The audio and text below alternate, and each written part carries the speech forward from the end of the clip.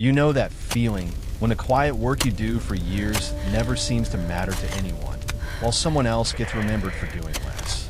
You start to wonder if any of it was worth it. Sometimes the truth doesn't come out through an argument you win. It comes out through something you never planned for. Here's where it begins. The suitcase wheels stop turning on the gravel before Claire notices why.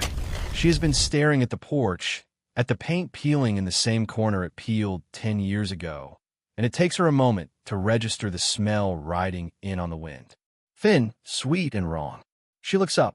A pale gray line rises from somewhere past the far fence, thin as a pencil mark against a sky that is otherwise unbothered. She thinks, distantly, that someone must be burning brush a little early this year. She's not stopped walking. Rachel is at the far end of the yard, arms full of folded feed sacks, and she does not look at the smoke the way Claire does. She looks at the trees first. The leaves on the windbreak row are turning the wrong way, silver side up, all at once like a hand had passed over them. Then she looks at the smoke. Then the sacks are already falling out of her arms before her mind finishes the sentence it is forming, and she is moving toward the equipment shed at a pace that has nothing casual left in it. Claire has time to say, "Is somebody burning something?" before she understands, from the set of her sister's shoulders, that this is not a question with a small answer. The suitcase is still standing upright on the gravel where she left it, one will sunk slightly into the dirt, and for a strange half-second, Claire's mind holds onto it the way a person holds onto the last ordinary thing before everything else stops being ordinary. She had planned, on the drive up, exactly how this morning would go. She would set her bags in the old room. She would find something neutral to say about the state of the porch. She would let Rachel decide how much conversation either of them was ready for. None of that plan accounts for a sister who is already 40 yards away and moving faster than Claire has seen her move in a decade. The air tastes different than it did 5 minutes ago. Not smoke yet, not really, but something underneath the smell of cut hay and cooling soil that Claire can't name and doesn't like. A dog 2 farms over starts barking in short, flat bursts, the kind of bark that isn't about a stranger in the yard. Somewhere behind the house, a screen door bangs once against its frame in a gust that came from nowhere. 10 years is a long time to be gone from piece of ground. Long enough to forget what the wind sounds like when it decides something. Long enough to forget that a person who has stayed can read a change in the air the way other people read a sentence. Claire has not forgotten the orchard itself. The rows are still in her memory exactly as they were: the old Harrelson tree with the split trunk, the 3 young pear trees their mother planted the spring before she got sick. But she has forgotten how to listen to the land the way Rachel never stopped listening. The phone in the kitchen is old enough that the cord still tangles around itself before Rachel gets the dispatcher on the line. Grass fire, she tells them. West pasture, moving east, wind pushing it toward the tree line. The voice on the other end is calm in the practiced way of someone who has said the same words to 100 frightened callers, and that calm does not survive the next sentence. Nearest truck is coming from the county seat. 40 minutes, maybe less if the roads are clear. Rachel sets the phone down without slamming it, which is somehow worse than if she had. 40 minutes is not a small number when you're standing in it. 40 minutes is long enough for grass fire, pushed by a dry autumn wind, to cross a quarter-mile of stubble field and reach a line of trees that took 30 years to grow. Through the kitchen window, the smoke has changed shape. It is no longer a single thin line. It has widened into something with a base and a top, gray shading to a dirty yellow-brown where it catches the morning light, and beneath it, if Claire presses her ear near the glass, there's a sound she has never had reason to learn before now. A low, steady crackle, like static from a radio tune between stations, except it is not coming from any radio. Rachel is already outside. Claire watches her sister cross the yard at a pace that is not quite running, not yet, but close to it, and she understands with a lurch that has nothing to do with the smoke, that whatever happens in the next hour will happen whether or not Claire is ready for it. She sets her bag down properly this time, drops it flat instead of upright, and follows. She does not explain this to Claire. She does not have 40 minutes to explain it. She is already walking toward the shed, and by the time Claire catches up, Rachel has the small disc plow hitched behind the old tractor, engine turning over on the second try, and a look on her face that Claire recognizes even after all this time. The look of someone doing math she has already finished. "What can I do?" Claire says, and it comes out flatter than a question, closer to an order she is giving herself. Rachel doesn't answer right away. She is looking past Claire, toward the tree line, gauging something Claire cannot see yet. Then, get the burlap sack from the barn. All of them. Soak them in the stock tank. Claire runs. It has been a long time since she ran anywhere on this ground, and her shoes are wrong for it, city-soled and slick on the dry grass. But she runs anyway, because there is nothing else to do with the fear that has lodged itself under her ribs. The barn smells the way it always smelled, dust and old grain and the particular mustiness of burlap that has been folded in the same corner for years, and for a moment the familiarity of it almost knocks the fear loose. Almost. She finds the sacks stacked exactly where they were the last time she looked for them, a decade ago, for some other chore, some other summer. There are more than she expects. She gathers as many as her arms will hold, feels the rough weave scratch against her forearms, and staggers back out into daylight that already looks a shade darker than it should at this hour. The stock tank sits behind the barn, half in shadow, water still cool from the night. She dumps the sacks in without ceremony, watches them sink and darken and grow heavy, and hauls the first sodden armful out before she has fully decided how she is going to carry them anywhere. They are heavier wet than she expected. Her shoulders complain almost immediately. She does not stop. The line Rachel is cutting is not a new idea.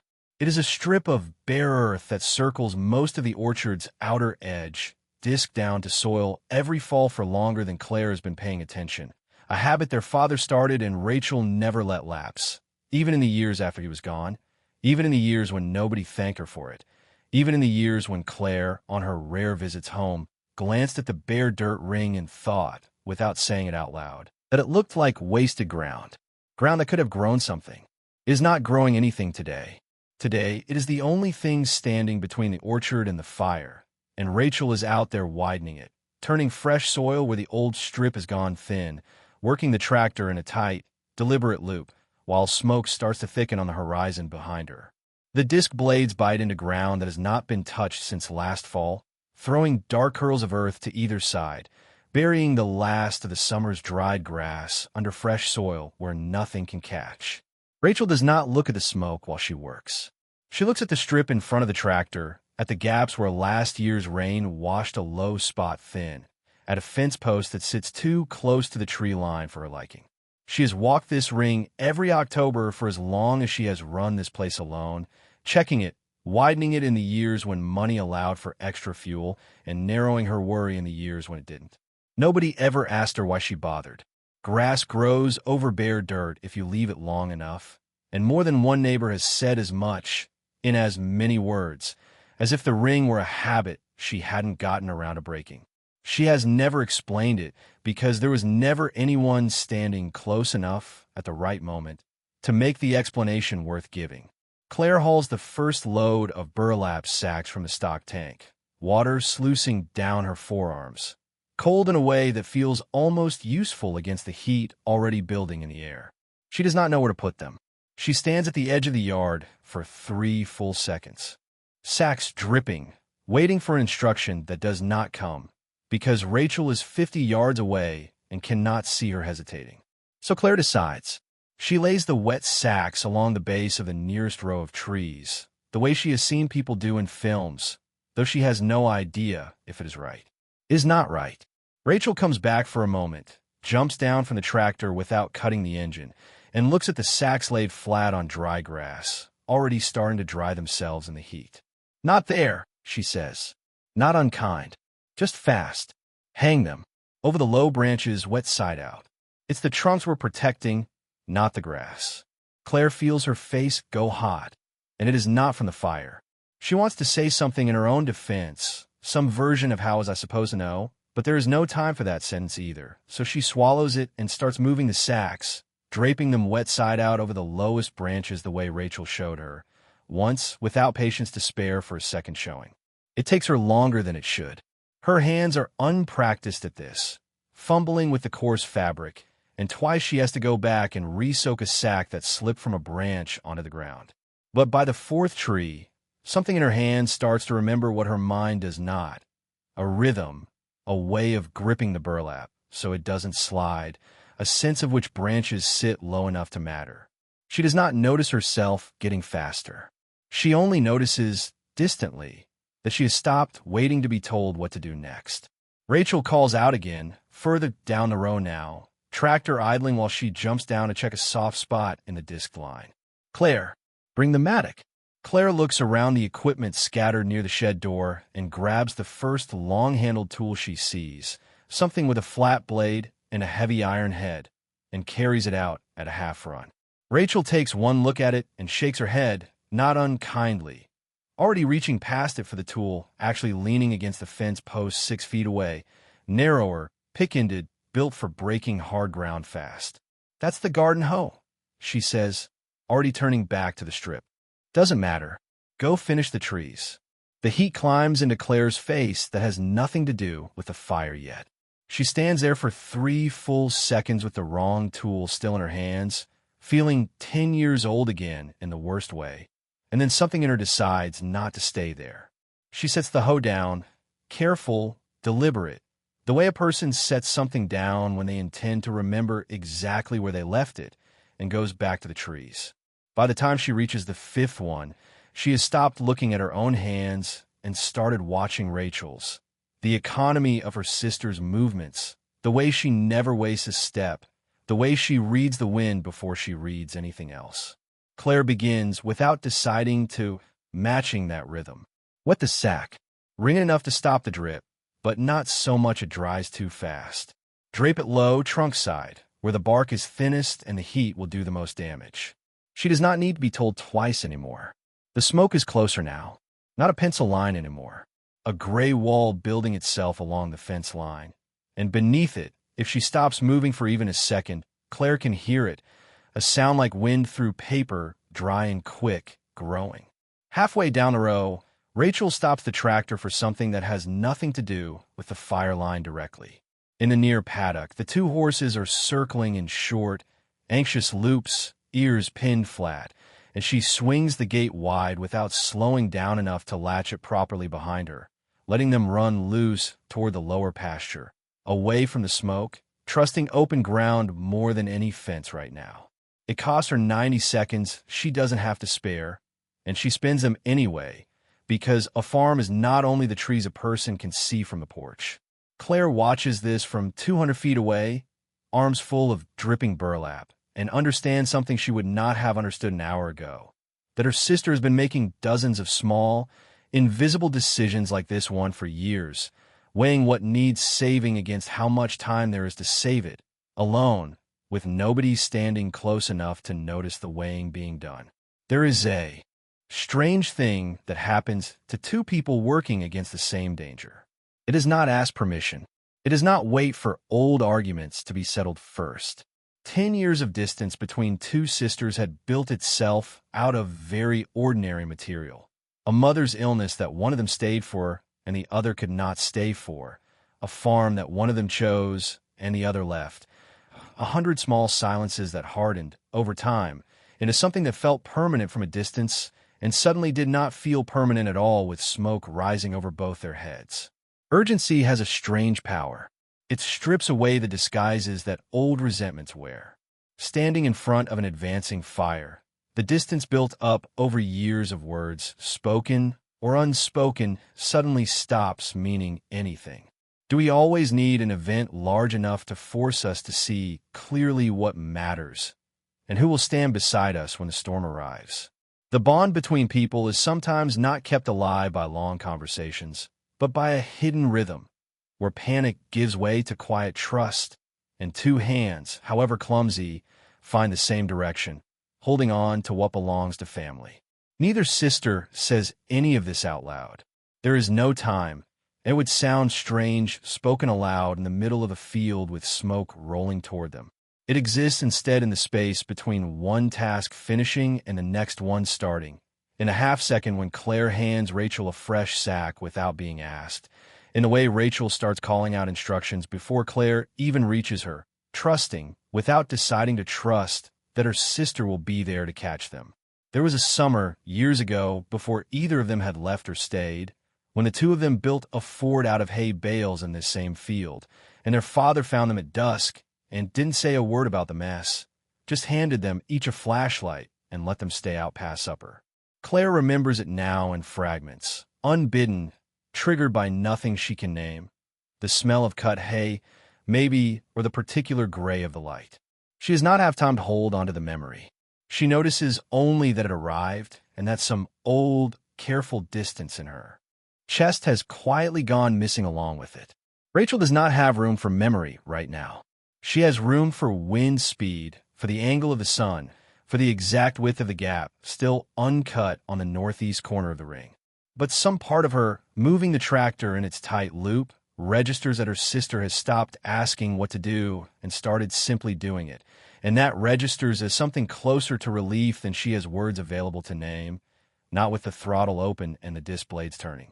For nearly 20 minutes, it looks as though the line will hold. The main body of the fire reaches the disc strip along its widest stretch and simply stops, the way fire does when it runs out of anything to eat, hissing itself down in a smoke and blackened stubble at the very edge of turned soil. Claire allows herself, for one unguarded second, to believe the worst of it is over. She straightens up from the tree she's working on, wipes her forearm across her face, and feels something in her shoulders start to loosen. The wind changes without warning, the way it does out here, swinging 30 degrees in the space of a few minutes. And the fire that had been advancing in a straight line toward the disc strip suddenly bends sideways. Licking along a stretch of tall grass, the line was never cut wide enough to stop. It jumps the gap, not the whole fire, just a low tongue of it, catching in a scatter of dry leaves that is built up against the base of a dead limb, hanging low on one of the old apple trees inside the orchard, 3 rows past where anyone was watching. Claire sees it before she understands what she's seeing. A flicker of orange where there should only be gray bark and green leaves, small enough at first that her mind offers her a dozen harmless explanations before it settles on the true one. Then the dead limb catches fully, and there is no mistaking it anymore. Rachel sees it a half-second after it happens, and the sound she makes is not a word. She is already running, tractor abandoned mid-loop, toward the flare of orange, now climbing the dead limb, toward the trunk her father grafted with his own hands 30 years before either daughter was born. But she is not the closest one to it. Claire is. Claire is standing at the equipment shed with a garden hose in her hand, the pressure washer attachment still fitted to the end from some chore weeks ago, and beside her, 20 feet away, the tool shed itself, where the tractor parts and half of Rachel's tools are kept, has caught a stray ember on its dry cedar shingles. A thin curl of smoke is rising from the roofline. She has 3 seconds, maybe 4, to decide. The hose in her hand can reach one or the other, not both. The shed holds tools that took a lifetime to collect, equipment that would cost more than either sister has to replace. An inheritance of wrenches and spare parts, and a welder Rachel saved 2 winters to buy. Claire knows, in some practical corner of her mind, exactly how much that shed is worth in dollars, and how little either of them has to spare for replacing it. The tree holds nothing that can be priced. It holds the reason their mother planted an orchard instead of a lawn. It holds 30 years of a graft their father made with a knife and a steady hand, joining one kind of apple to a hardier root, believing it would outlast him. It has outlasted him. Claire remembers standing under this exact tree at his funeral reception, plate of food untouched in her hands, while relatives she barely recognized told stories about a man she was only beginning to understand she had not known well enough. She remembers Rachel standing apart from everyone, alone, staring up into these same branches instead of at the house full of people. There is no more time to remember anything. Claire does not think about the shed for more than a heartbeat. She turns the hose toward the tree, toward the low, catching limb, and lets the water tear into it at full pressure, driving the flame back down the wood before it can climb any higher, before it can reach the place where the graft scar still shows, pale and old, against the darker bark around it. The shed roof burns a little longer than it should. By the time Rachel reaches it with a second sack, one corner has scorched black and a support beam has gone soft and gray with heat. It is a loss. It is not the loss it could have been. Rachel arrives at the tree a moment later, breathing hard, and finds the fire already dying under Claire's hose, the dead limb hissing and smoking, but the trunk itself untouched, water running down bark that is 30 years older than either of them. She looks at her sister. She looks at the shed, still smoking behind them. She does not ask why. She does not have to.